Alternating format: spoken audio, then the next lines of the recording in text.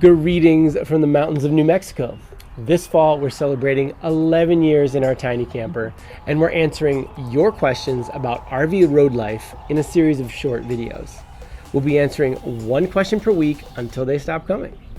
And everything is on the table in this conversation. We want to remove barriers to living this lifestyle, to going smaller and going off-grid. So go ahead and send us your burning questions. This week's question comes from James, who wants to know our top 3 things that we wish we had known 11 years ago.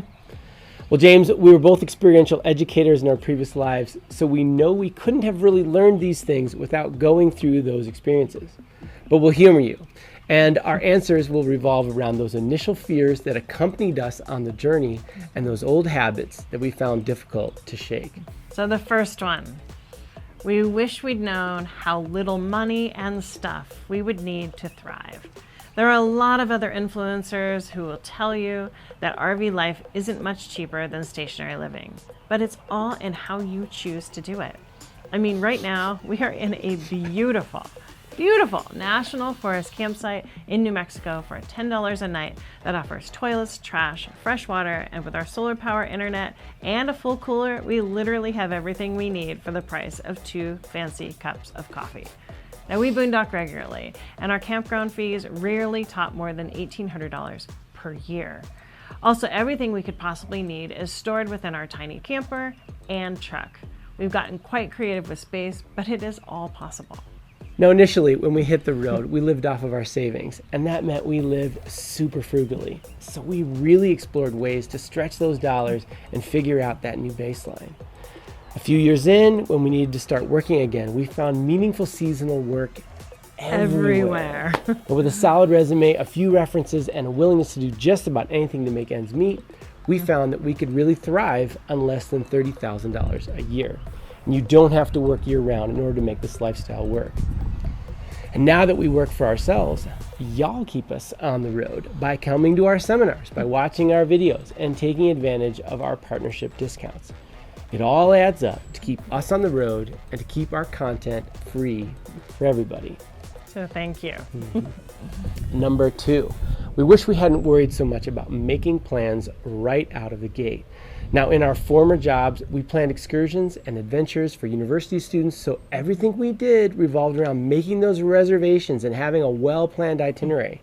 So it was a bit of a struggle to let this go. At least it was for me. Yeah.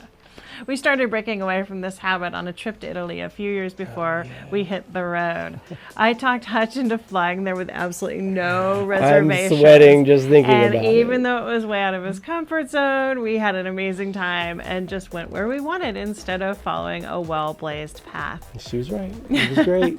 This experience set us up for our road life adventures because we now had our home with us everywhere we went and always had a place to lay our heads, even if there wasn't an available campsite for miles around.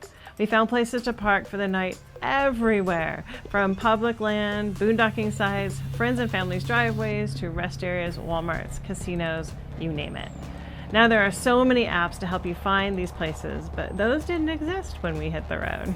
And while we still don't make many reservations, we do have several events, both personal and professional, that create those anchors for our annual calendar. But the rest of the time, we try to keep it loose so we can explore at our own pace, just like we did at the beginning. For instance, we just finished a busy period of events and commitments, and we now have 3 whole months to explore before our next scheduled event. Yay!